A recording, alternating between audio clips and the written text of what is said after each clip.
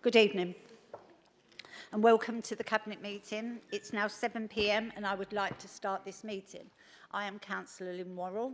I would like to remind everyone present that this meeting is being live streamed and recorded for publication on the Council's website. Item 1, apologies for absence. Rhiannon, have we received any apologies? No apologies. Okay, thank you.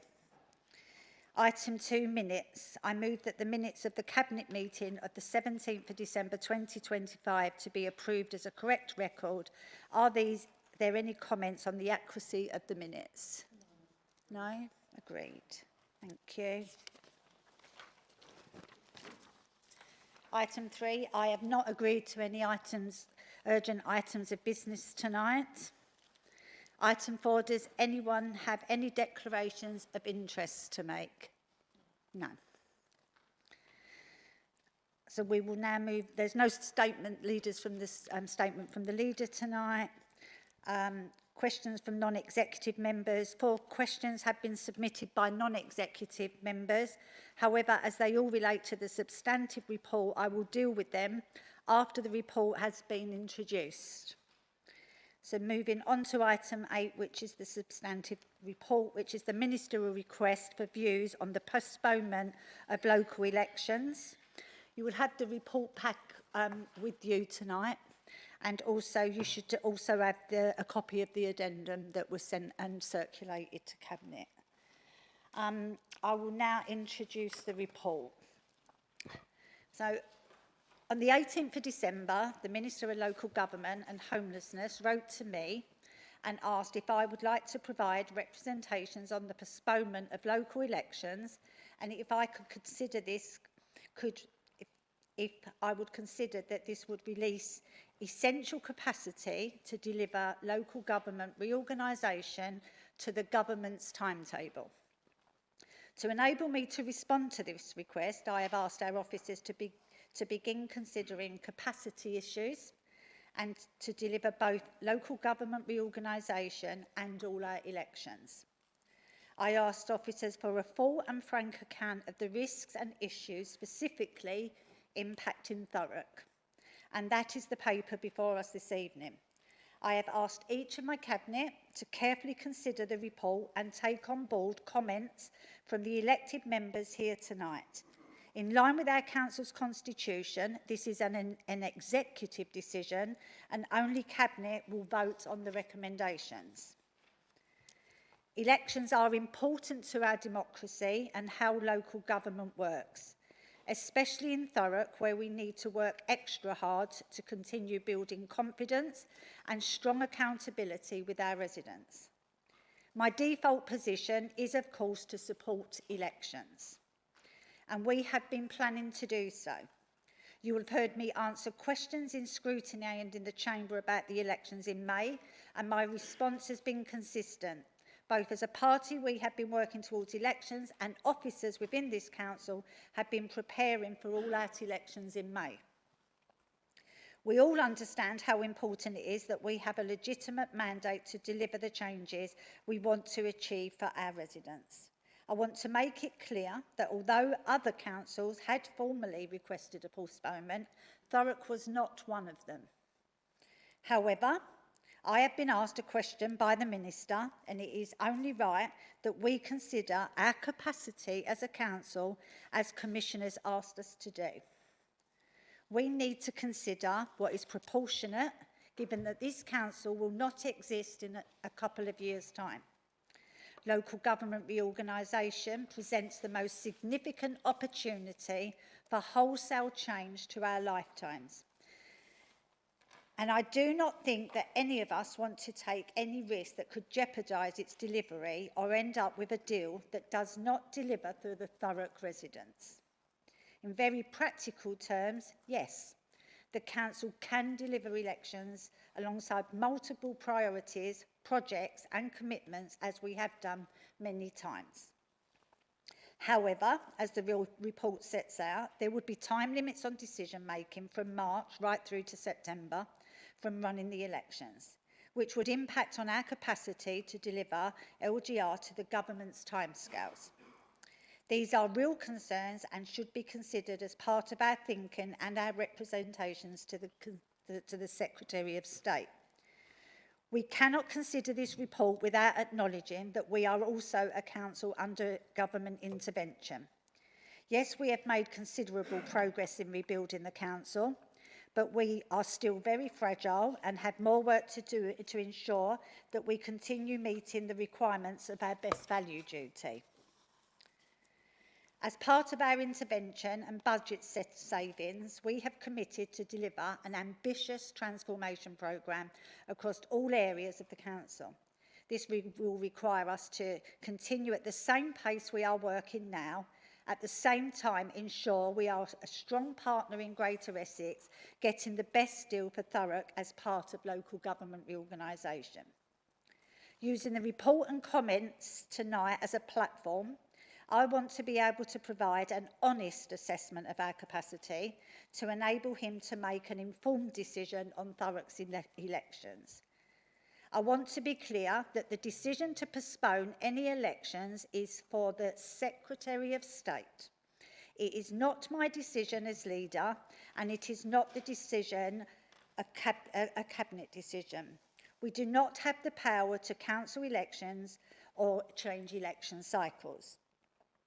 A reminder of what we are being asked is, would the postponement of local elections in May 2026 release essential capacity to deliver local government reorganisation to the government's timetable? I have been as open as possible, and I have invited all 49 members to share their views this evening to support Cabinet in their thinking before we make a decision on whether to ask for a delay to May's elections. Before I move to questions from non-executive members, I would also like to speak about the way in which we conduct ourselves in these discussions tonight. These issues are emotive and generating strong feelings and comments in our communities and across social media. If anybody at all is concerned about their personal safety, please speak to a senior officer without hesitation. I would ask that we all take care in how we address these issues and conduct ourselves with open and constructive conversations. I've spoken to most of you on a one-to-one about these issues, and I know that whatever your views on the elections, we have all been focused not on the party politics, but what is best for the people of Thurrock with regards to the opportunities that local government reorganisation will bring. Please can we approach the discussion in a professional, robust but balanced way. I will now move to the pre-submitted questions and will bring in Cabinet members and officers if I feel that they could add further to the response and support Cabinet members ahead of any decision tonight. So, moving on to questions.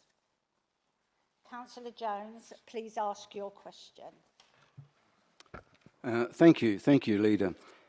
Bearing in mind that requests have been continually made to have elections in Thurrock, is there any way that Council can revert to having council elections for thirds, as would be the norm? Thank you. Thank you, Councillor Jones, and thank you that because it's a really important question. The decision to move to all-out elections was taken by the government following the best value inspection. A legal briefing prepared in response to this question and shared with Cabinet, and copies have been made available to other councillors and attendees. You can see from this that the Secretary of State does not have the power to order a change back to elections by thirds. Secondly, as set out in the briefing, there is insufficient time before May to allow for the Council to initiate the change, as it requires a public consultation and a boundary review. Under the current proposal, the Secretary of State will defer the 2026 all-out elections to May 2027. Do you have a second question, Councillor Jones? Thank you, Leader. I just wonder if there's any way that there can be a special circumstance as to try and bring this to council. You know, thirds, we know it's either one way or the other, and I feel that thirds could be the transitional way of keeping council running a stable manner up until, obviously we know, 27 onwards is going to be a transitional time to 2028. So if we could approach government to see if there's any special circumstances that could be applied to actually revert to the thirds. Thank you. Thank you. And first of all, I'd remind you to read the legal representation that has been provided to all 49 councillors have now received that legal representation that we took from council yesterday, not council, you know, from legal. And just to, as leader, I just want to tell you where I've got to, okay? And so last July, long time ago, I asked MHCLG whether we could revert back to elections by 1/3. My reason was simple, that the council would no longer exist as we moved into a new authority and we'd not use the new boundaries. So that was a simple question, much probably what you're asking me tonight, okay? And I was told a very firm no.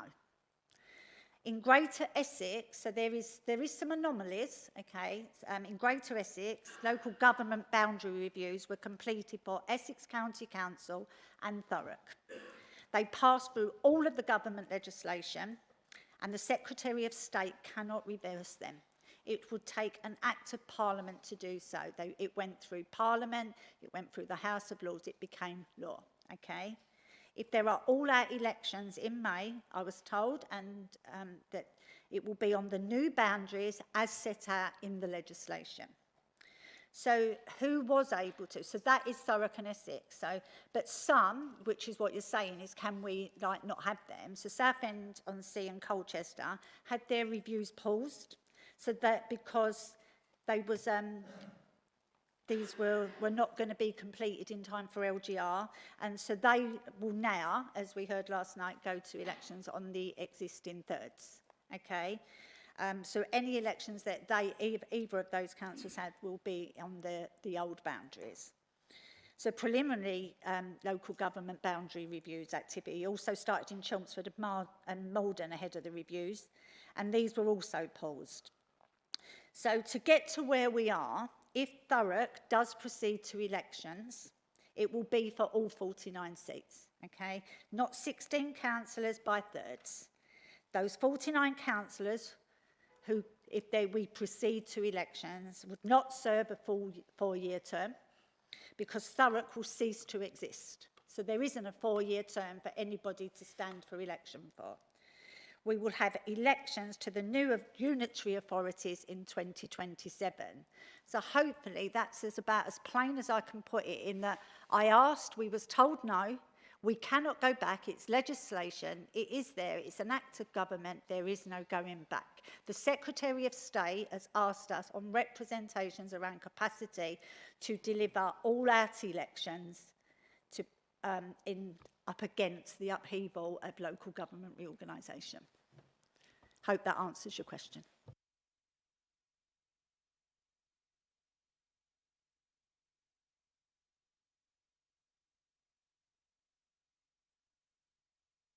Oh, sorry. Councillor Byrne, I have you down next as if you'd like to ask your question. Thank you, Leader. There has been significant press coverage and public anger on social media regarding Labour administration to recommend that the Thurrock elections do not proceed with all-out council elections scheduled for May. Can the Leader confirm whether she has received any formal or informal representations from opposition group leaders or individual opposition councillors requesting that May's elections are cancelled or deferred, and what may that look like in percentage terms? Thank you. Thank you. Thank you, Councillor Byrne. And another important question. So to be absolutely clear, the Cabinet decision tonight remains open until we have heard from those councillors who wish to speak and fully consider the report before us. While I'm aware I'm unable to answer your question around actual percentages. I know that there are councillors and colleagues across this chamber who agree the rationale for making representations for postponement to elections. It is not for me to express their views for them. That is for them to feel that they can speak up and say how they feel. But I have spoke to a lot of councillors in here, okay? But I can't share private conversations. You know, I'm the leader of this council and you should be able to come to me and say how you feel and not expect that I am going to sit in a public meeting and say, well, you said this and you said that. Some conversations we've had very, very openly in groups of us, you know, about, you know, talking about capacity, you know, in what's going to be really difficult times. But yes, I've had group discussions, I've had single discussions with a fair amount of councillors within this council. Do you have a second question? Well, I've got the second question. Oh, okay, you don't have a supplementary. Okay, then, thank you. Yeah. Well, the only thing from the previous one Okay. is hope any of those who've come to you behind closed doors open up now and say exactly how they feel. It's only right and fair for the residents to know how all 49 stand. We can say it's just Labour, but it's also Conservative, Independents, everybody. They've all got a few, and just want them all to be honest for the residents, not for themselves. Anyway, the next one is, can the leader confirm for the record whether the Chief Executive has had any influence, advice or recommendations or informal involvement in the decision or proposal to cancel the May elections, and if so, what exactly was his involvement? Okay, thank you. So the decision is made by the Secretary of State only, okay? It's not a decision for any of the executive here. As I've said, it's not a decision for me. It's not a decision for my cabinet, okay? Only the Secretary of State can decide whether there will be a delay in these elections, okay? So the council, alongside all the other councils involved in local government reorganisation, have been asked to provide representations only to inform the Secretary's decision. The Chief Executive and his team have provided Cabinet with a balanced report setting out the relevant capacity issues, as I have asked them to do, to meet the Secretary of State's request. It is for the Cabinet to consider these issues and come to a view on what representations to make, not the Chief Executive.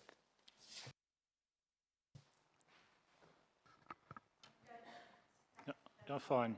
I'm done, thank you. Now going to move on to Councillor Cathy Sisterton, who also has a question tonight. Thank you, Leader. I fully understand and appreciate the problems you've outlined around holding the all-out elections for the first time in May to a council that will cease to exist in 2 years' time, given that we are due to have extensive elections across the whole of Greater Essex to new authorities next year. And I also understand that the move away from third elections is because of previous BVI recommendations regarding political stability, and that this 4-year cycle will be incorporated into the new unitary authorities. But this is further complicated, as you've already said, by the boundary changes which have been put into law to take effect by May this year. Can you please confirm the situation on ward boundaries regarding any by-elections that may be called in the meantime? Thank you. Thank you. Currently, the changes to ward boundaries following the Boundary Review 2024 are due to apply to the first time in the all-out elections on the 7th of May 2026. If the Secretary of State decides to postpone elections, the Council will request that the Secretary of State also postpone the implementation of the Boundary Review until 2027. This is what happened in 2025, and we know that the government are aware of the need to make this change if and only if the Secretary of State decides whether to postpone the elections to 2027. Therefore, if this happens, the current boundaries will remain in place and be used for by-elections for all other purposes. So this is completely different legislation to reverting back to elections by thirds. There's two pieces of legislation that are at play here. Okay, so there's a piece of work there's a legislation that can be enforced by the Secretary of State, but the Secretary of State cannot reverse us back to 1/3. And of course, it's important that we ask for this. You know, people's life circumstances change. Okay, there may be by-elections. Okay, we've had representations for people to say that they want elections. Some people may well want to go to elections. Some people's lives have changed. Okay, so we need to be able to say to people, if you want a by-election, you know, we have asked the Secretary of State to enact that so that people, you know, may have very, very different lives. You know, they may just be waiting to go anyway. And an example of that is that we had 2 by-elections last year when actually one councillor had only been in here a year and there was a by-election. So that, I think that's Councillor Benson, I may have got this the wrong way round. So he will pick up the remainder of Councillor Andrew Jeffrey's election term, and then Councillor Cherry picked up, who was the other one that went? Jeffreys, no. Who? Polston. Oh, right. So I think it's the other way round, and I think it's Councillor Cherry that actually you've got a shorter term, because obviously Councillor Andrew Jeffreys was out, you know, earlier. So Ryan had only done a year, but Andrew had served more. So we need to be aware that actually yours would become person, you know, and you may want to go by election this year. I don't know. You may have already had enough. I don't know. You know, so we do need to provide from the Secretary of State, you know, that if people do want to stand down, that they can, across the chamber, any political party.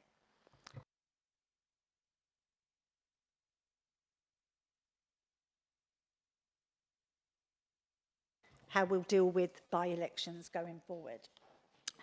Right, I did say that this meeting would be open to all 49 and that, you know, questions did not have to be pre-submitted. So I'm going to now move on to questions from non-exec members.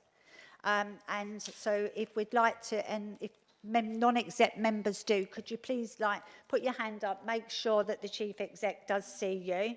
And, you know, and in the order that we've got them.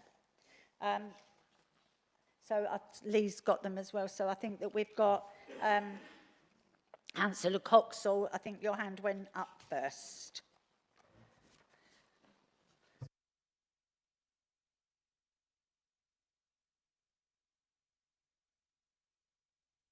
Sorry. Yeah, can I just point out what happened there is that we've put the speaker for people that are non-exec, that you'll sit and you'll move over to the question that we normally use for questioning, and not in your seat tonight, that we've made a specific, as in normal cabinet meetings, that we have a specific mic for questions.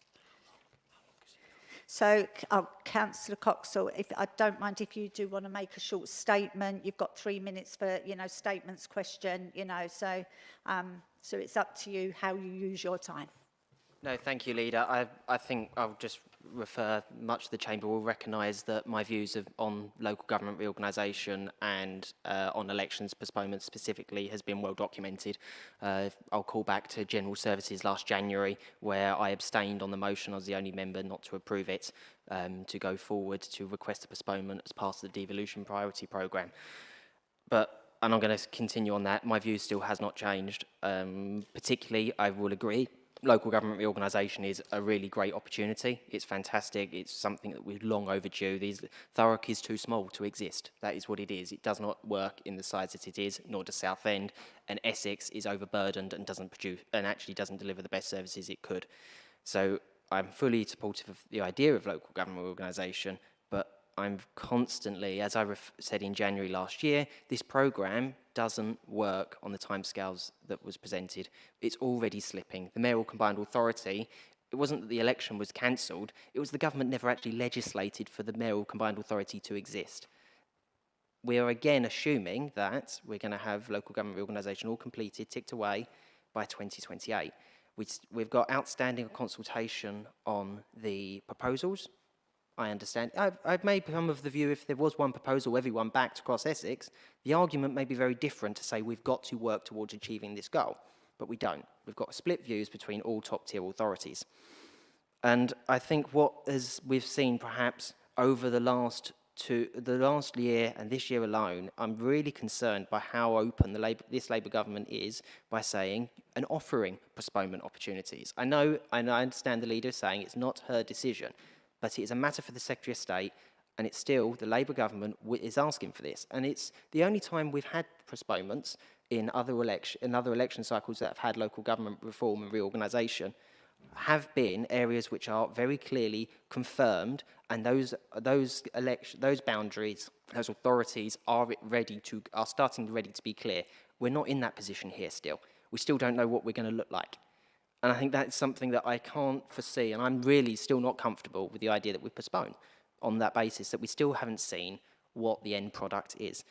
And I think really, just specifically for the leader, if you just indulge me on a couple of questions quickly, I think given that the Electoral Commission oversees elections, says that capacity concerns are not a legitimate reason, how do you feel then, are you comfortable with going against this view, Councillor Worrell? And furthermore, given that the priority programme is so far behind, what happens if we get to a position where we're in the same boat next year, in 27, when we have the risk of elections on Thurrock's old boundaries, because we've postponed, or on the boundaries that we're going to have run all out, and a shadow election? It's going to get very complicated very quickly. So how confident are we, if we postpone, that we are then having elections the year before the new authority takes place? Thank you. So first of all, I'll cover off the Boundary Commission in that they are advisory only. Okay, so they have had a comment, as other organisations. We've had lots of other organisations say that actually, this is easily achievable, so we can't just take one organisation as the organisation that, should be able to change the path of government legislation. So we know that the government has legislated that we will deliver LGR. We as a council bought into LGR and going on the priority programme, and we bought into that time frame. And that we've been working extremely hard. Officers have been working extremely hard at a senior level. Councillors have been working extremely hard to make sure that we are ready. And I think that we are ready, and we will deliver this. And there will be all-outs to the new authority next year. Okay, so I actually, I understand your view. You're probably the only one that I think has really stood firm on that was their view, so I respect your view for that. But also, you need to respect that we're tonight not saying whether it's right or wrong. We've been asked to put forward whether this council would benefit from extra time away from the elections to be able to deliver LGR to the government's timescale. So I think it's actually, that's what we need to be doing tonight, is to listen to representation. We've read the report and we need to comment on the information that's in front of us. But I respect your view as I respect everybody else's. Thank you.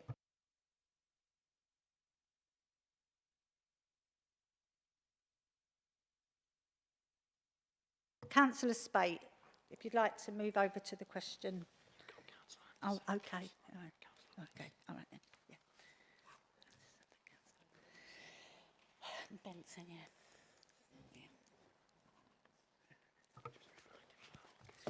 Thank you, so Leader. Just to remind you, Councillor Spate, you've got 3 minutes, I'm speaking statement. as an individual member, not as a spokesperson for my group. Okay. And I have a series of questions, most of which are based upon what I've heard this evening, which is why I didn't submit them in advance.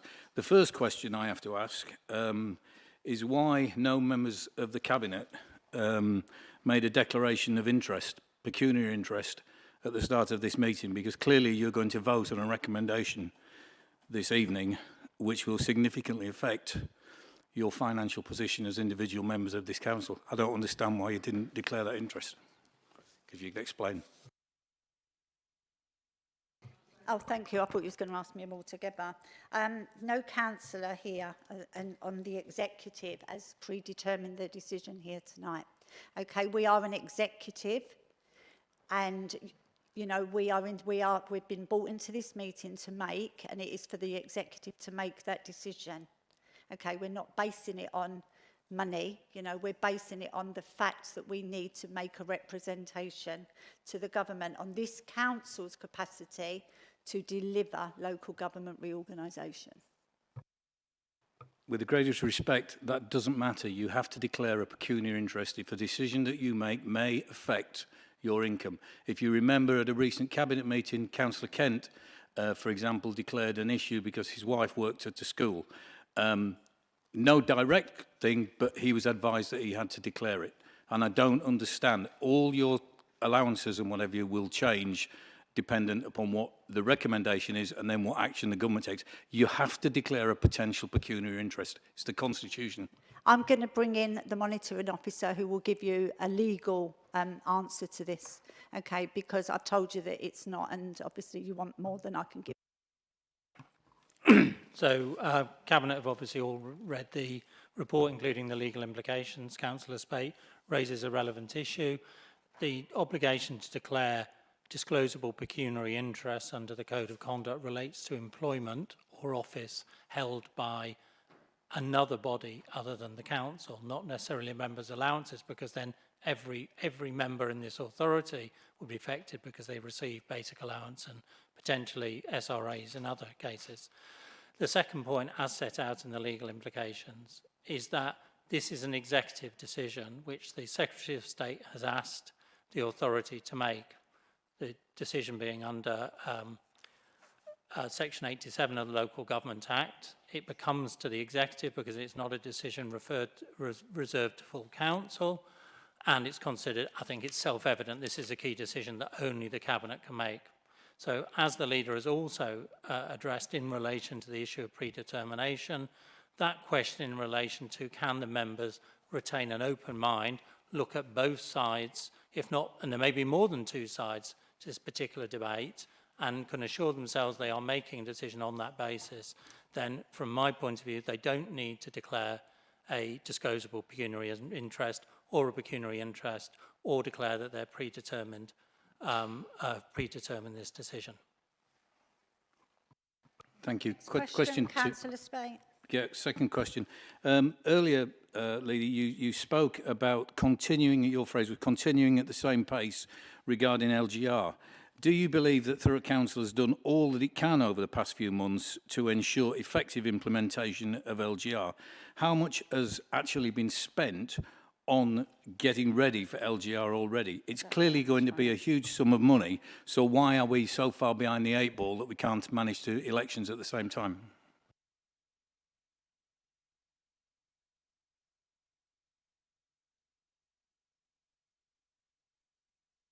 Thank you. So I spoke earlier about how hard everybody's worked on this, not just officers but councillors. Okay, the amount of time that corporate has spent, you know, looking at this report, bringing reports here, you know, like there's been a lot of time, you know, and effort put in by elected members as well as officers. So absolutely, I do feel that we're in the best place for the announcement in March, should we find out when we find out who we will be joining as a council, whether that's 3, 4 or 5. I absolutely feel that, you know, we are ready to go. But as for the finances, we did have a specific amount of money and we received grants, you know, to be able to deliver this. So absolutely, you know, there has been money spent. Of course there is, every council's been spending money, do you know what I mean? But we received a grant from government, which we are still spending, and we are within the grant money to deliver the project. Thank you. I'll ask a supplementary on that then, because I've been obviously sat in on a great many meetings. The decision by the Minister to invite councils to make a submission was a relatively recent affair. It just seems extremely strange to me that you hadn't factored in the cost of elections in terms of time into your plans. It's certainly not been something that has been discussed in any of the meetings that I've sat in on. So do you stand by the assertion that we're where we should be and that everything that has been done is absolutely the best that this council could have done, therefore meaning if there are delays, there's a justifiable reason to cancel elections? Yeah, I absolutely do. So obviously, like I've been asked month after month, are we going to have elections? And until the Secretary of State invited us to make representations about capacity to deliver, you know, we was preparing for elections as the officers were. So absolutely, you know, we was doing that, Councillor Spate. You know, so I don't see that. Yeah, I think that we are in the right place where if we should do, but at the same time, there was always been the capacity issue, you know, about delivering that and and we need to make a decision and take advice, you know, and look at this report honestly about would we benefit from that extra time of not having purdah from March, you know, elections in May, and probably nobody, you know, making after training, you know, no real, you know, work on LGR from when it's announced at the end of March to after, you know, we've had full annual council, you know, training and everything else before we get going, the amount of time. So that is the decision that we're looking at, and that's what's been put in front of us. Okay, well, moving on. I was quite surprised. You opened the meeting by saying that you were going to invite portfolio holders to speak. And I fully expected that they would speak and then we would get the opportunity to ask questions based on what they had to say. If you looked back at what happened in Basildon last week, the leader of the council himself took on the responsibility for portfolio needs and spoke about 13 different items, and then members were invited to comment. I don't really see a lot of point in cabinet members speaking to this meeting tonight because they're not going to have the opportunity to question them. So why have you done it in that order? Thank you.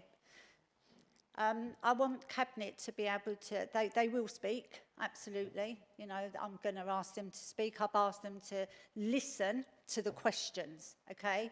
Not just what they feel about the report. I want them to listen to the views of you and other councillors before they make their decision on whether we write to the Secretary of State to ask for a postponement on the grounds of capacity. Okay, so you could, if we ask them, you would then maybe say that actually we've not got the chance to, you know, go back. So I think it's the right way round for them to listen to your views and them to take into consideration the views. And it could have been every single seat filled up here tonight. Every single councillor was invited to come here tonight to speak. So I think it's absolutely right, and I think that, you know, I'm looking forward to hearing how my cabinet feel about the report that's in front of them. And so am I, Leader, but it would have been nice to be able to ask them a couple of questions. But never mind, I move on. We're out of time, Councillor. No, I've got 5 minutes. No, you haven't. I've got 5 minutes, Leader, for asking 3 minutes. questions. It's on your sheet there, 5 minutes. 3 minutes, thank you, Councillor. It's got 5 minutes, it says there. There you go. You're not there as your group leader. You made it very clear you're there as a councillor. Fine, okay. So you're stopping people asking legitimate questions. That's great democracy.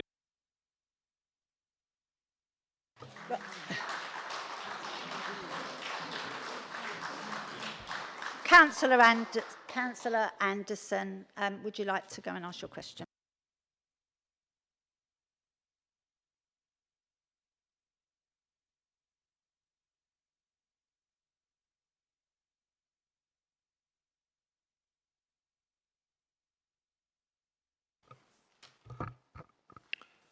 Thank you, Chair, and thank you for introducing and speaking on that report. First of all, a question with regard to process. It's stated in the Cabinet Papers that tonight's decision is a key decision, and under the Local Authorities Executive Arrangements, Meetings and Access to Information Regulations 2012, the Council is required to publish with 28 days' notice all key decisions on its forward plan. I looked at the forward plan earlier today. This key decision doesn't appear on there. I was wondering if, I'm guessing the monitoring officer will comment on that. I'll hand over to the monitoring officer now. Thank you. So it's a fair point to raise. That is the purpose of the forward plan is to publish key decisions 28 days in advance of when the decision is made. However, there are exceptions to that in the cases of urgency. As we all know, the Secretary of State's letter is dated the 18th of December, and we had Christmas, and a representations needed to be returned by the 15th of December, creating a very tight time frame in which to do or to make those representations, draft the report, etc. So the urgency procedures were used, which allow the council, where a report has not been published on the forward plan, to publish an individual urgency notice for that report, setting out what the decision is and similar information to what is on the report. That was done more than 5 clear days before the publication of the agenda, which is again a statutory requirement, which was complied with.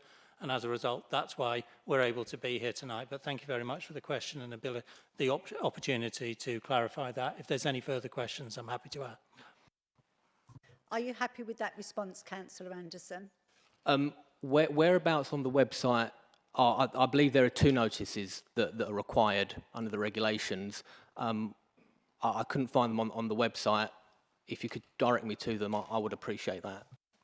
If you'd appreciate, we can do that after the meeting, if that's okay. Thank you. Are you happy with that one now? Shall we move on? Well, we'll find out after the meeting. Okay. So on to questions. The first question I have is, up until this point, from the beginning of the municipal year, we've had report after report at corporate ONS, and we've also had, on a lot of those reports, like a risk management table. I don't recall seeing elections ever coming up as a potential risk, and the capacity concerns that they might bring. In addition to that, as you mentioned earlier, you have set out that your party's position is we're fine to hold elections, we're preparing for them, we've got no problem with them. And at the last corporate ONS, and I will point out, it's only fair that I think the context of this was specifically with regard to the Essex mayoral election. Nevertheless, I asked a question on LGR and devolution at the last corporate, and I was told by an officer, are we as Thurrock in a good place to deliver if the elections were being held in May or the combined authority created? I think we are in a strong position to proceed without a doubt. So my question is, that paints a picture as though we're in a strong position, we can deliver elections, there's no mention of capacity constraints there, but suddenly the Minister sends a letter providing the opportunity to kick elections down the road, and suddenly we seem to have some rather acute capacity constraints. How do you explain that discrepancy in position that seems to exist for me? Thank you. I think that the capacity issues, this is a once in a lifetime, this isn't like something that's just, rocked up, and the Secretary of State has got a really, really tight timetable. So the question they asked us is, would delaying them enable us to better meet their timetable? And that is simply the report in front of us. I asked officers to give us all of the reasons for and against having them. Yes, we could hold elections, but how would we be if we was to step away? That's what I've considered. It's not about me, it's not about any councillor in here. It is about the capacity and to get the best still for Thurrock residents, which would be, if there wasn't elections, would we be at best at the table, making sure that we are, as we are closing down one council and moving into another, is our time spent better to do that or pause, the democratic process? And that was something that we was asked on the 15th of December. And until that point, it wasn't being asked of us. So as soon as at the same time as when we was asked if we wanted to go into the priority programme. We hadn't considered it until it was put in front of us. So I think it's fair to say that we've looked at it honestly with the evidence that's in front of us and the report that's in front of all of us tonight. Thank you for that response. I didn't quite hear an answer with regard to why the discrepancy in what seemed to be two different positions, but I'm really eating into my time. What I would say there is that you use the phrase pause in democracy. Thus far in areas like ours, elections have been cancelled for two reasons up until last year: world war and global pandemic.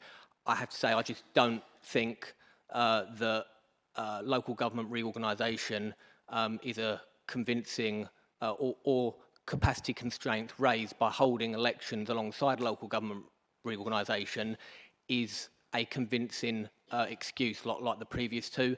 I don't think it's a reason to pause democracy, as you put it. But on to my next question. Do you consider it a failure of this council that we aren't able to do those two things, to hold a set of elections and deliver on local government reorganisation? I appreciate there's councils that are effectively requesting cancellation, there's councils that aren't. We are declaring, if Cabinet vote for the recommendations tonight, we are declaring we are one of those councils that is not able to deliver LGR effectively alongside a set of elections. Do you consider that a failure of this council? So let's just go back to making sure that everybody's aware. This Cabinet is not voting to council elections tonight. This council and the Cabinet will vote whether to make representation to the Secretary of State. I'd like to think that I had all sorts of powers, Councillor Anderson, but cancelling elections isn't one of them. If I was going to have any power, it would be, can we get that £1 billion back that was wasted when you yourself was part of a Conservative administration? You know, so there's differences there. You know, so literally, I'd love to have superpowers as a councillor, but I really don't have those.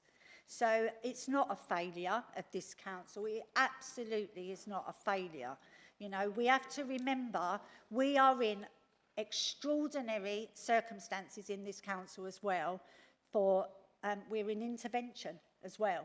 We've done amazing. We've absolutely made great strides. So at the same time as delivering local government reorganisation, we're also in intervention, trying to navigate our way through a massive transformation programme to be able to deliver the savings of £14 million this year. And as soon as we're over May, whether there's elections or not, we're looking at another £14 million worth of savings. So this council is far from failing.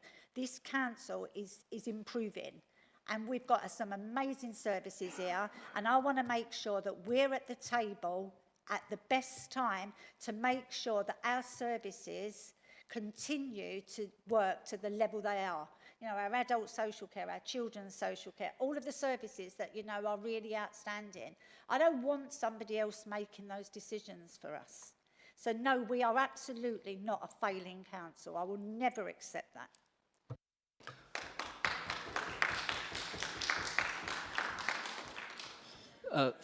Thank you, Chair. I have to, it's been a while since that particular charge has been thrown at me, so I was half expecting it, I'll be honest. I wasn't asking if the council was failing overall. It was just a question. You know, some councils have said that they are capable of holding elections alongside LGR. I wondered why we weren't and whether you consider that a failure. But very quickly, one final question. Do you take any personal responsibility, and Cabinet, do they take any responsibility for this decision tonight? I know you say it's not a decision of Cabinet and that it's a decision for the Secretary of State. I know he's the one with the power to make this decision, but a decision is when you've got two competing options in front of you and you opt for one or the other. You can not make representation, or you can, as I believe Southend have done, say we would like our elections to take place. So it seems to me as though your part in this process is a decision. Do you accept that? Right, so what I will agree and later and I will move an amendment to the recommendations to make sure that when we write to the Secretary of State that other views are, not just the Cabinet, are contained within that letter. Okay, so this is not, we haven't come in here predetermined in any way. We've come here to listen to 49 councillors before we make our decision.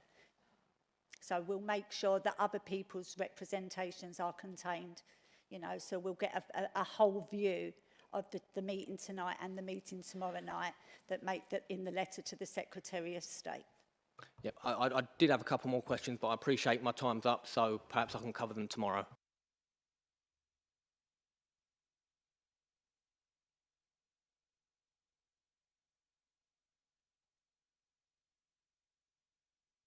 Councillor Benson.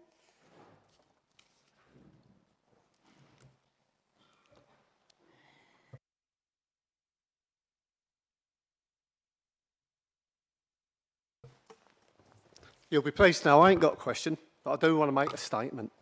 I'd like to start by saying thank you to the public for turning out tonight to show how strongly they feel about this issue. I am sure there are many more watching online, which proves support amongst residents for all our elections to go ahead. I haven't spoken to anybody who supports cancelling the elections. They want their democratic right to vote on the 7th of May. I support LGR, and if holding these elections are going to interfere with this, then all of Essex would be cancelling. Not just last night, Southend agreed to hold theirs. Is it a coincidence that Gavin Callaghan's Labour group that pushed through Basildon's request to cancel theirs? Sorry. The letter from the government is crystal clear. They would look favourably at any request to cancel. So, despite what you say, it is Cabinet's decision whether or not they cancel, not the government's. I was elected last May, happy on the understanding that I would be up for re-election again 12 months' time. And I'm happy. Residents are the one who decide when we members are elected and when we members are removed. It isn't the government's decision, and it certainly isn't yours.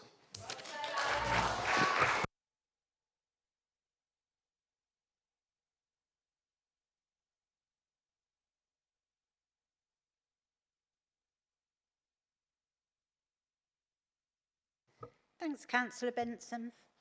Councillor Cherry.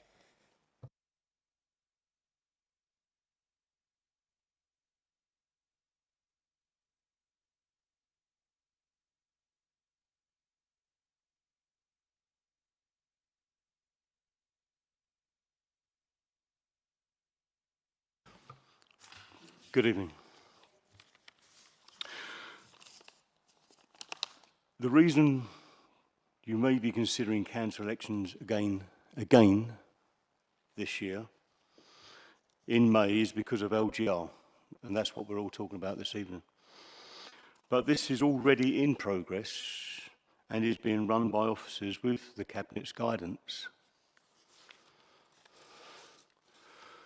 Residents tell me that they do not trust this Cabinet's choice of devolution for Thurrock and wish their voices to be heard and their opinions to mean something.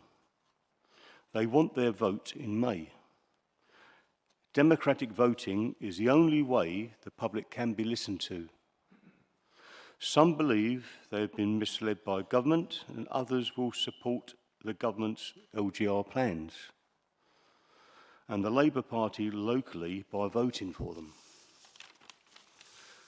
So in the name of openness, transparency and communication, which is something that you keep telling us that you're very, very good at, you must allow full elections in May. Let the public have their voice. If you cannot stomach full elections in May, then the seats that would be up in May, their 4-year tenancies expired, should go ahead. And that, I believe, includes yours, Leader. Councillors should not be allowed to squat on their wards. You will need not worry that this will stop LGR, and this is what this is all about, LGR, as it is a government-run project administered by officers. However, you do risk losing your seat. You should not, however, worry because you have committed members on Cabinet. You shouldn't, however, worry because you have committed members on Cabinet. You say yourself often how good your Cabinet are, how excellent your Cabinet officers are. Many of these can step up to be the leader and push LGR forward. You are therefore not the necessary cog in the machine of LGR. However, if you fear losing your circa £45,000 a year allowance, I suspect that you will use LGR to hang on and deny us democracy in Thurrock. Please do not cancel democracy twice in Thurrock, calling it just a postponement. Can you wind up now, please, Councillor Cherry? You're out. It is cancelling elections and it is dictatorial. Thank you, Councillor Cherry. Why did you not schedule the extraordinary full council meeting before this cabinet meeting when you say you are not being predetermined? That is my question. Right, thank you. Right, and I'll quickly answer your question because I think that is although you're out of time, I'm going to answer that. All 49 councillors were invited to this meeting tonight. All 49 councillors, the rest taking my cabinet out of it, anybody could have asked me a question here tonight. But not everybody's come to this meeting, okay? So I could have took 48 other questions, okay, from anybody here in this meeting. Tomorrow is an extraordinary meeting where we will debate a motion that Councillor Anderson has put forward.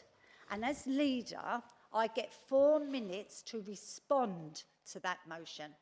I don't get to answer questions. I get 4 minutes to respond to what Councillor Anderson says in that meeting. Now, tonight is the perfect time for people, any councillor, to have come here to ask me a question. Because tomorrow night, Councillor Anderson cannot ask me a question. He can ask me, but I can't respond once I've spoken. Okay? Any of my cabinet can't respond. So you could have asked a question of any of the cabinet tonight. You know, we are here as an executive tonight. That is the reason why this meeting was called as open to all 49. I said I wanted to, and my cabinet is literally, we want to hear the views of all other councillors. We will hear some amazing grandstanding tomorrow night, probably much, you know, pretty much, you might say the same again tomorrow night, but literally, you won't have the opportunity to ask me a question tomorrow night. So if you'd have put this to me tomorrow night and I'd already have spoke, I wouldn't be responding to you. So actually, this is the right way round to hold this meeting. Thank you. And thank you for your time.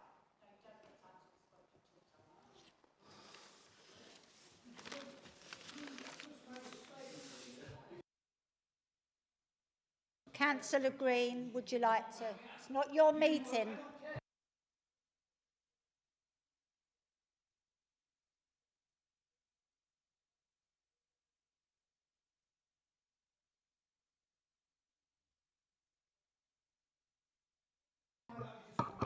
You had your time, Councillor Spate. Thank you. Thank you. Can we have Councillor Green? Thank you.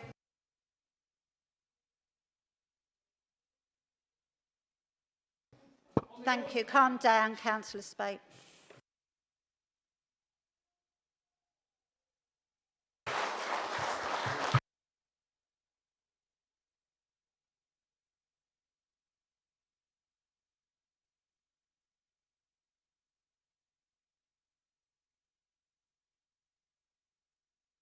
Councillor Green, would you like to ask your question? Thank you, Leader. With the potential for local elections being postponed by the Secretary of State for LGR, can you outline whether there are precedents for such postponements in recent times and under what circumstances they occurred? Thank you. Thank you, Councillor Green. I hope that the mics have picked that up because I didn't turn my mic off. But I will try to answer your question as fully as I can. So in recent years, yes, we have had postponements, and for local government reorganisation, could you believe it? Okay, so we are not making this up as we go along. Okay, in 2019 in Buckinghamshire, Rishi Sunak, that would no less, as local government minister, explaining the decision to postpone all out district elections before reorganisation, said district council elections in 2019 in Buckinghamshire risk confusing voters and would involve significant costs and would be hard to justify. Moving on to Kemi Badenoch, who just happens to be the leader of the Conservative Party, in Cumbria 2022 said, this enables arrangements for a smooth transition of local government functions to the new unitary authorities. And further, Robert Jenrick, as Secretary of State, okay, for local government, explained the decision to postpone the county district elections for reorganisation for Cumbria, North Yorkshire and Somerset by saying that to hold them risk of continuing with the 2021 elections in the areas where consultations are taking place on proposals which could, if implemented, result in the abolition of those councils. Elections in such circumstances risk confusing voters and would be hard to justify when members could be elected to serve shortened terms. So pretty much the same circumstances that we have tonight was a previous Conservative government that in recent years, and we have to also remember that we had the elections cancelled for COVID. So absolutely, we are not setting a precedent here tonight to dodge elections. We're literally, looking at what we was asked to do, and and it's an important piece of work that we're doing, and it is difficult. So absolutely, there is precedent for this, Councillor Green, in recent, very, very recent years. Thank you.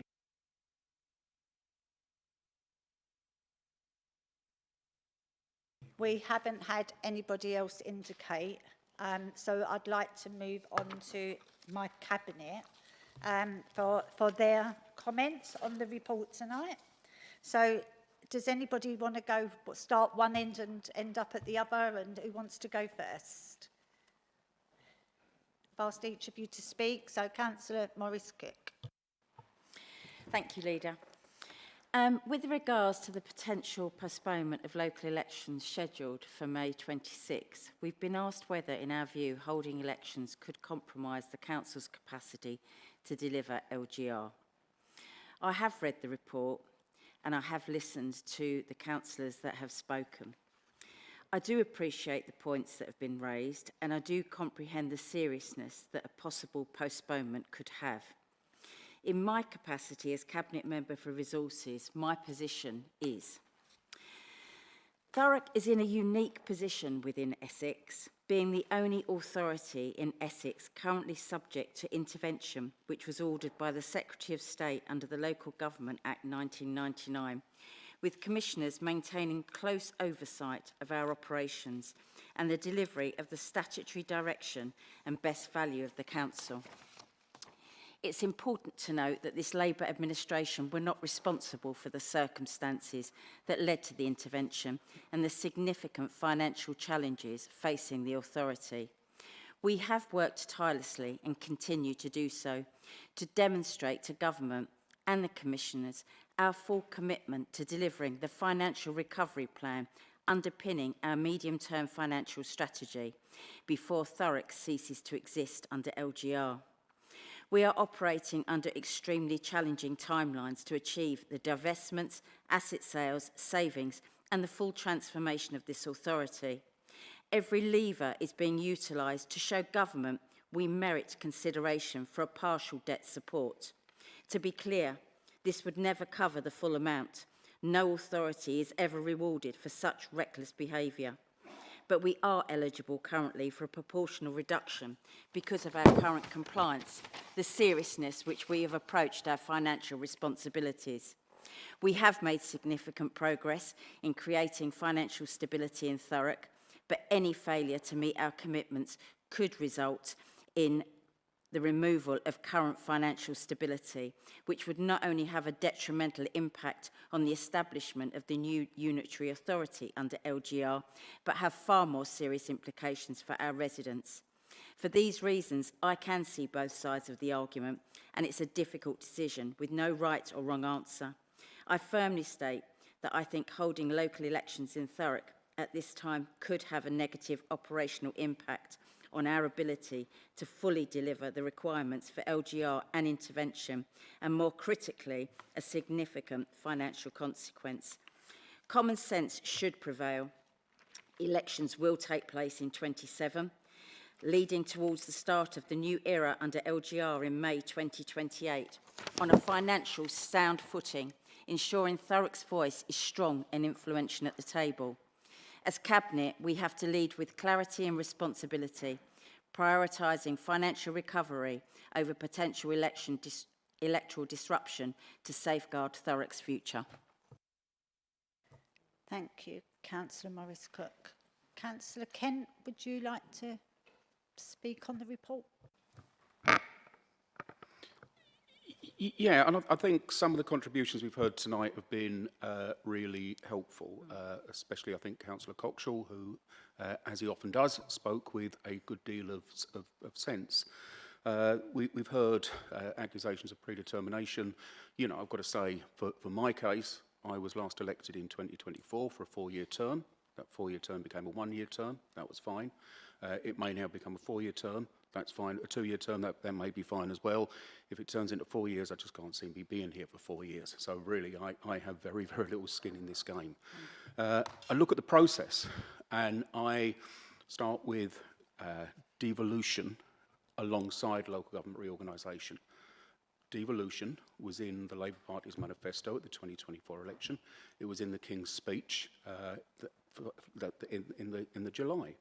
Local government reorganisation has been shoehorned in as an afterthought, and we're being asked to take a judgment today on whether not having elections this year, releasing a further 3 months to prepare for local government reorganisation, would release extra capacity that would help us to successfully deliver that reorganisation. But Councillor Coxall was right. We're being asked to come to a judgment before we know what that new organisation is. And as the only person left standing that remembers the last time we went through local government reorganisation back in 1998, I think that the new authority of Thurrock, on its existing boundaries, was known in 1995, guaranteed, set in stone in 1996. So we had just over maybe 2.5 years to get together and deliver it, and we still got things wrong. You know, there is no doubt we still got things wrong. Whatever happens this time, it's going to be infinitely more complicated. At the simplest level, we may join with one other authority, Basildon, and take on the county functions that are exercised in Basildon by Essex County Council. It could be that we have 4 authorities plus the County Council coming together. It could be 5 authorities plus the County Council coming together. That has an impact on the capacity of this organisation and the capacity we have to successfully deliver.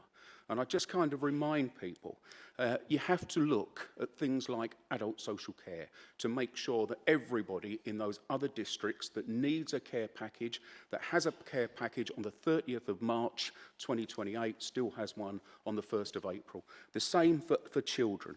You have to look at taking on those highways functions. You have to look at how you're going to empty the bins across that place, how you're going to clean the streets, how you're going to dispose of the waste.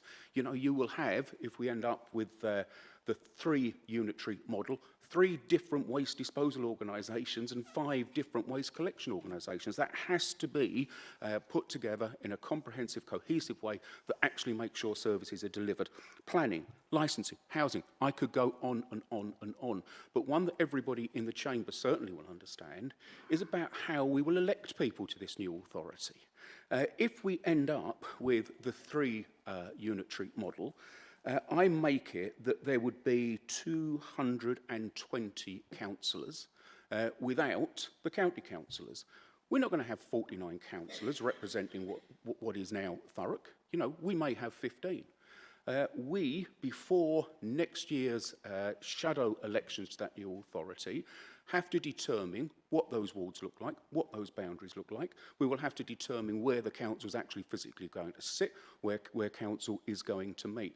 We have 26 months from today to deliver all of that.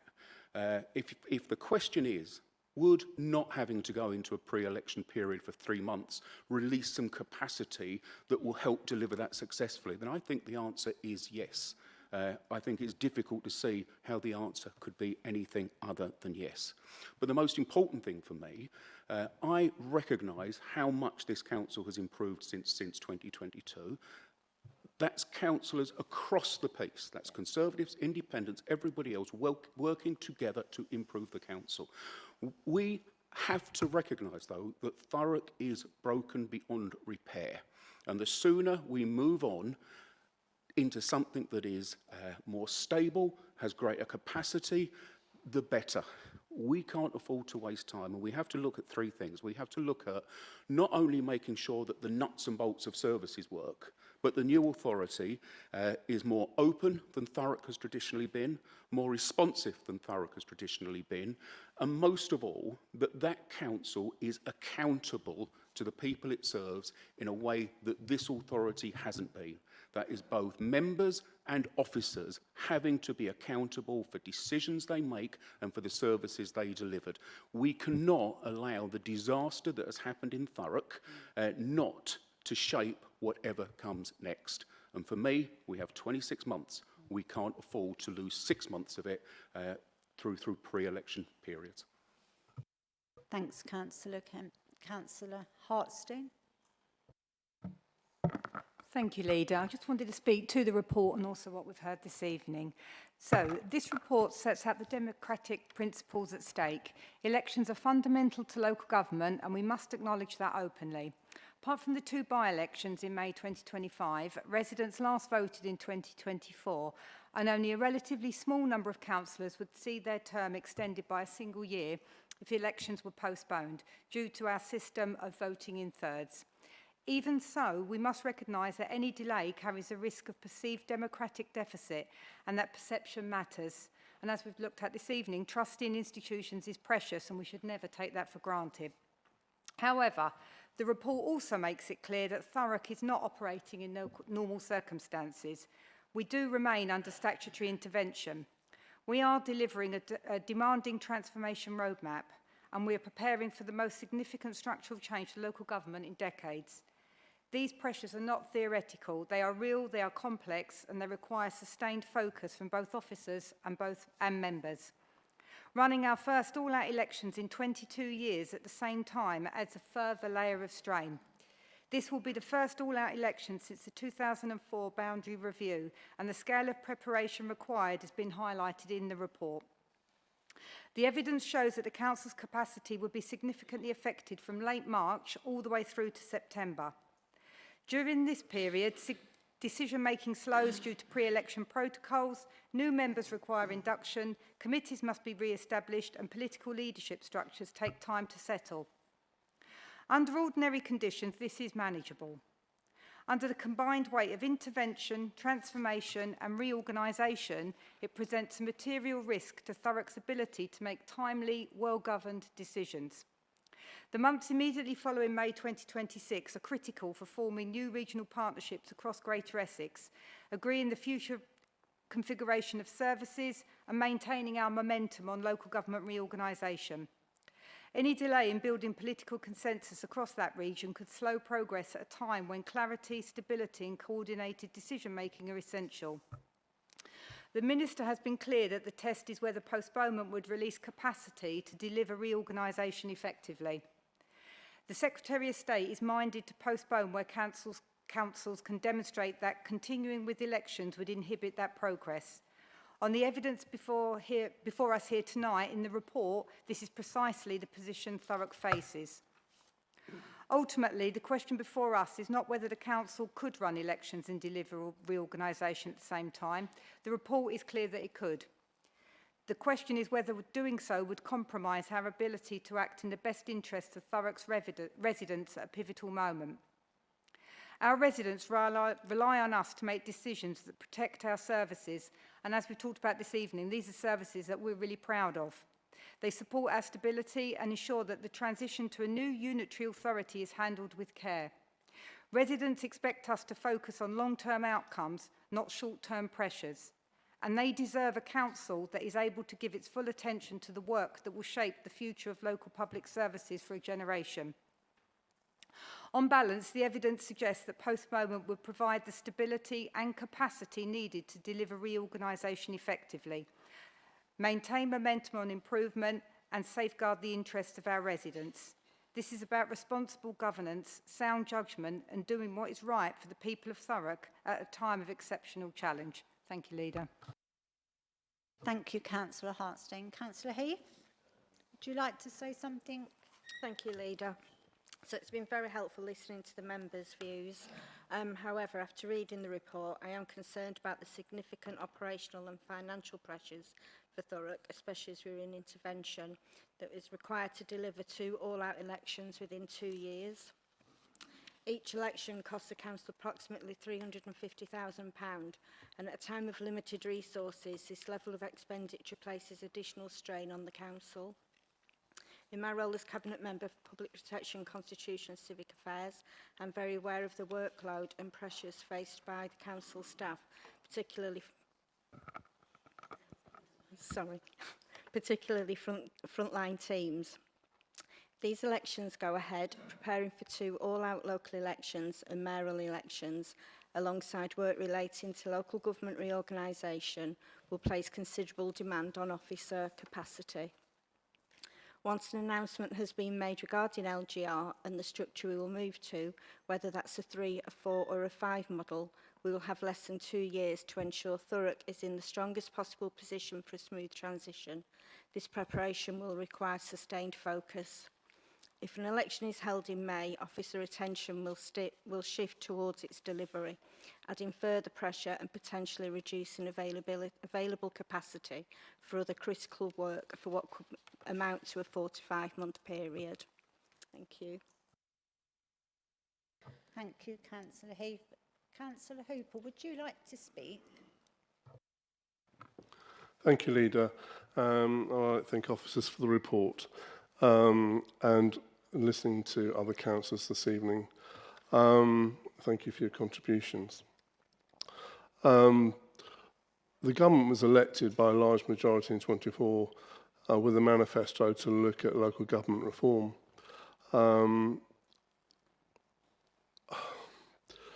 The Secretary of State has been offered 3 options, the 3, 4 or 5 options to be considered.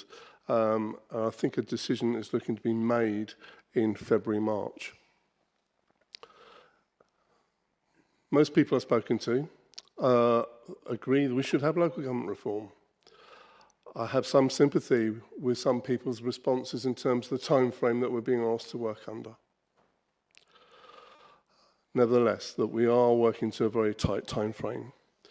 It is not uncommon for elections to be cancelled due to local government reform, and this happened often under the Conservative government. If we held elections in May, I think my worry is it would delay decision making.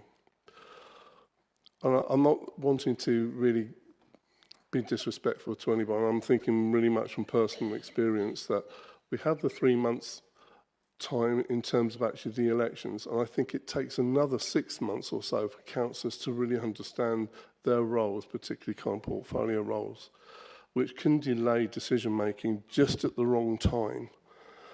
Just at the wrong time when the government has made a decision about what option we're going for. We will know in February, March what we are doing, and that we really need to be focusing on how we work with the new authority and with Essex, with Basil and whoever, to develop those partnerships. That doesn't happen overnight. If there are changes, that we will lose the history of what the services are like in Thurrock and how they affect Greater Essex and Southend. And I've already been speaking to councillors of other local authorities as we look to prepare for changes in local government.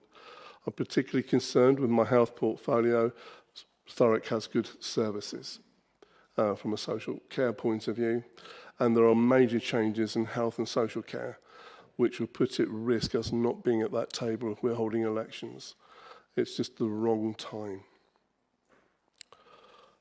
There will be elections in May 27 for the new local authority, and I suspect there'll be mayoral elections in 28 and general election in 29. I don't think it's in the best interest of the people of Thurrock that we hold elections now, because I think the work we are doing now secures Thurrock's future, particularly as we work towards developing better, putting the council in a better financial position. I just want to make one note. I'm not saying that not holding elections is important. This is a very actually difficult decision, which I have really turned over in my head. But I've only actually had one person email me from my constituency, raising concerns about cancelling elections. If I had significantly number more, I may take a different view. But I've only had one person actually email me. I think I'll leave it there. Thank you, Councillor Hooper. Councillor Holloway. Thank you, Leader. I've been jotting down notes throughout the meeting, trying to pull together some comments for this kind of summation. But unfortunately, I don't think I've actually got anything coherent to kind of read out, which is, probably not what people, councillors, are used to. I think going, near the end is also difficult because colleagues have made such excellent points on some of the reasons why we are concerned about elections being held and the progress that we made. And at this point, I feel that we are just damned if we do and damned if we don't. We've been working so hard for so long, for so many years, to rebuild Thurrock and create a stability that is recognised locally and nationally. I do know that the intricacies and the procedure and of the day-to-day running of the council is as dull as dishwater to sometimes us, but also the public. And yes, procedures and what this means, and local government reorganisation and any other kind of topics that we're discussing at the council don't really get an enormous amount of engagement. And like my colleague sitting next to me, I haven't had a lot of people talk to me about this issue. I haven't had a lot of people talk to me about LGR. People really care about what they always care about, which is what the borough looks like, which is their bins being cleaned, where, collected, about their services, which have gone from strength to strength to strength. As I said, I feel that we are damned if we do and damned if we don't. I think Thurrock is very unique, as colleagues have said, because we have been electing by thirds. We're electing all the time. If you add in general elections and by-elections, I mean, it feels like from 2016 and the, general elections, by-elections, referendums, we have been electioning all of the time. And I think we're different in that way to areas around us that do have those four-year terms. I think that this report does set out very clearly the answer to the minister's question, and I recognise that others have kind of made more broad issues, but there have been strong points. It's not an easy decision to make. Elections impact not just LGR, they impact everything, and they upend everything, and so that's why I think we know what to do. Thank you, Councillor Holloway. And I'm now going to go to Councillor Lee Watson, Deputy Leader. Thank you. Thank you, Leader. And thank you to everybody who's asked questions tonight and on their statements. For me, this is an exception circumstances. No one wants to propose an election on a whim, but our council is an intervention, and LGR can be the answer to so many of the questions, so we need to make sure that we've got it right. LGR is not easy. Not only does it require the breaking up of a county and lots of districts to create unitaries, But here in Essex, it also puts existing unitaries in the mix. This adds much more complexity in building these new councils, and we must be honest about that. Once the government has taken a decision on LGR soon, over the next 2 years, we need to make sure that Thurrock continues on its improvement journey and get ready for the LGR. We need to start working on how we will split the county's spending and service delivery on social care and how would merge with our own social care systems. We will need to merge systems in IT through to the terms and conditions of our very own staff and creation of new budgets for the new authority and how the debt will be managed, and all that is just part of it. This takes a lot of time and capacity, not just for the officers, but also for the councillors that are sitting in this chamber. As I've said, we also have the issues of intervention too. 2 years of stability and capacity is vital for us to continue to play our full part in driving improvement across the council and getting out of intervention, as well as working with partners to drive LGR.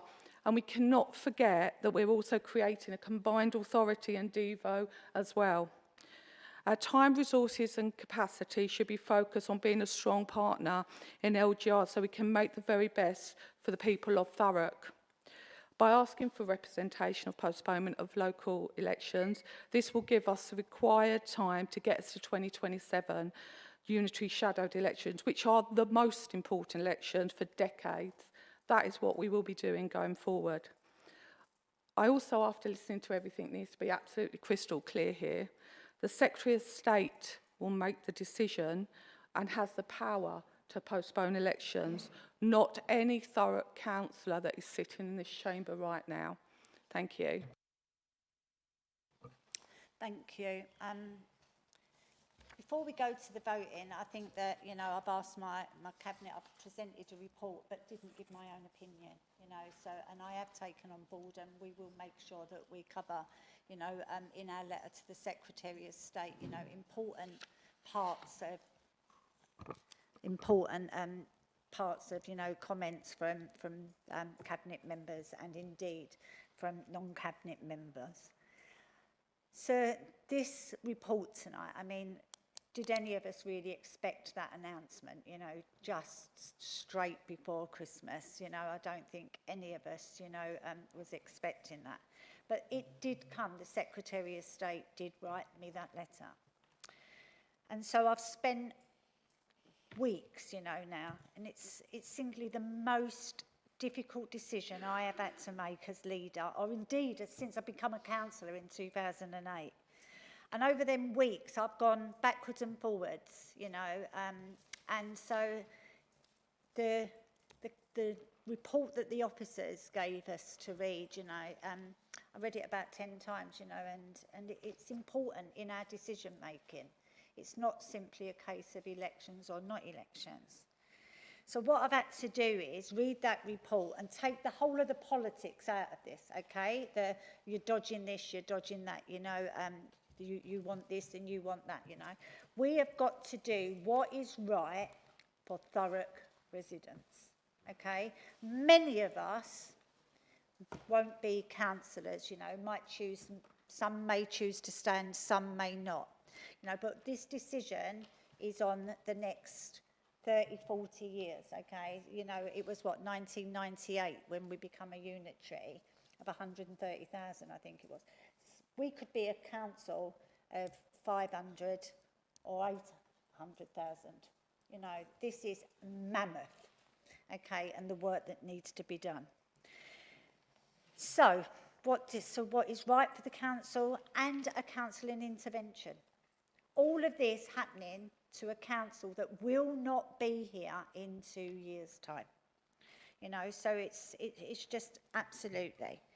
So, but this council, all of us committed to LGR, okay? All of us have worked so hard to push him through LGR as the priority programme. We've worked cross-party to get to where we are today, and the modelling that we put forward. It's an exceptional situation, but it's not unique. I spoke about that earlier. It's not been there to dodge elections. It's precedented. You know, they have been delayed by the Conservative government very, very recent years. You know, so it's about, you know, reorganisation of councils. Councils that will cease to exist. Okay, so delaying elections had the blessing of Rishi Sunak, you know, Kemi Badenhock. And I see when this was announced that she didn't give any direction that you could or could not vote one way or another. And across the country now, there are Conservative councils putting in the letters to delay elections. There are Lib Dem councils putting in, there are Labour, there are Conservative, okay? It's not a Labour, you know, it's not a Labour process. This is what's right for local government reorganisation and whether we have the capacity. So we have some outstanding, so I then started thinking about what is, you know, our services. We have some outstanding areas of delivery here, you know, and we need to make sure that we're at that table from day one to make sure our services and our delivery is not disregarded. We can't do that from the sidelines, okay, so we need to make sure we're there. Yes, officers will be there, but politicians have played a pivotal role till now. And I know, you know, Councillor Hooper covered it himself. He's been to several meetings across the whole of Essex, further and further afield, to make sure that our voice is being heard as part of local government reorganisation for our adults. You know, the adults that, you know, are going to be relying on us, our vulnerable adults. So we can't lose any times. So the transition to this stage of, is absolutely so important to any council across the country that's part of that priority programme. So we know that the LGR consultation, I'm hoping every single one of you went on and made your thoughts known. You know, that closed on Sunday night. So we now expect that government will announce in March which council we're going to be with and whether we're going to be 3, 4 or 5.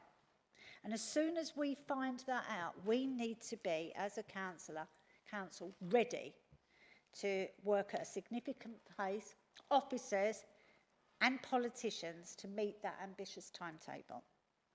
Every week, every month, every day, you know, we need to be there. We need to make sure that, you know, general services needs to meet, corporate needs to meet. We've already spoke about the need to make sure, and we did say it was about devolution, but I think it's just as important that people need to understand through the corporate committee how we're going to devolve our services, you know, and all councillors from all parties need to be part of that. So do we wait until, you know, June and July before we do that training when actually the announcement will be made in March?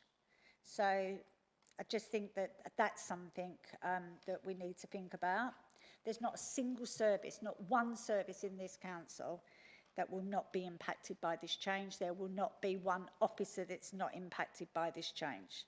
And all of that time, we're still under intervention. We've still got those £14 million worth of savings to find this year, followed by 14 million next year. You can't take intervention out of this. We have commissioners. So we are unique. Not only are we looking at LGR, we're also looking at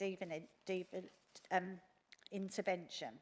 So the government have asked a very simple question, and that's what I had to ask myself, and that's what Cabinet's asking themselves. What would the impact of stepping away as politicians from March to the end of July, at the earliest, or maybe September, if there is a change of administration or indeed no overall control? With all due respects, we've all been new councillors, and I've spoke to many of you in the chamber here tonight. I won't single anybody out. It's hard enough becoming a new councillor in a stable council, but it will be significantly harder to become a new councillor in a council that will cease to exist in less than 2 years, is merging all of our services with other councils and agreeing to winding down all of our contracts, and at the same time is under government intervention. So that's the stuff that I considered to get to where I am. And I also spent time speaking to councillors across the piece. And I've used that thinking as well to get me to where I am. So I did say that, and before we move to the vote, that I'm going to add another recommendation. So I'd like to propose an amendment to the recommendation in this paper that alongside Cabinet's decision, there too is reference to the views shared here tonight and in the debate at full council tomorrow in the letter that is sent to government.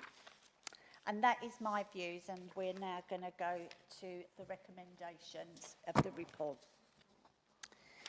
So, for reasons set out in this report, the Cabinet is recommended to 2.1 agree the leader shall make representations to the Secretary of State before midnight on the 15th of December 2026 to highlight concerns on Thurrock Council's capacity to fully deliver local government reorganisation to the government's timetable if the May 2026 elections were to proceed as set out in this report.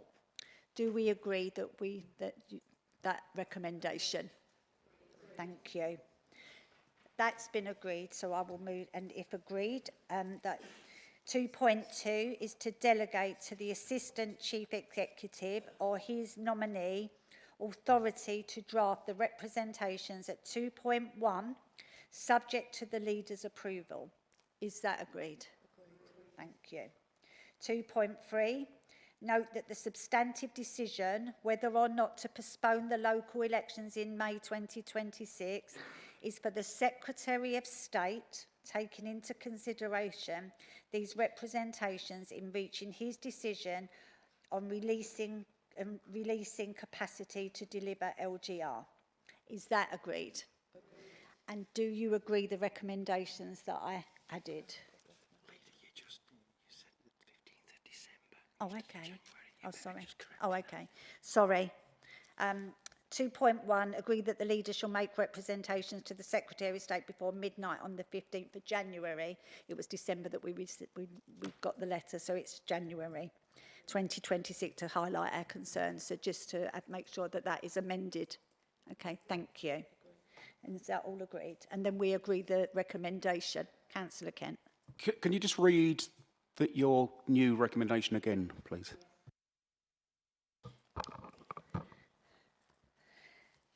That alongside Cabinet's decision, there too is reference to the views shared here tonight and in the debate at full council tomorrow in the letter which is sent to government.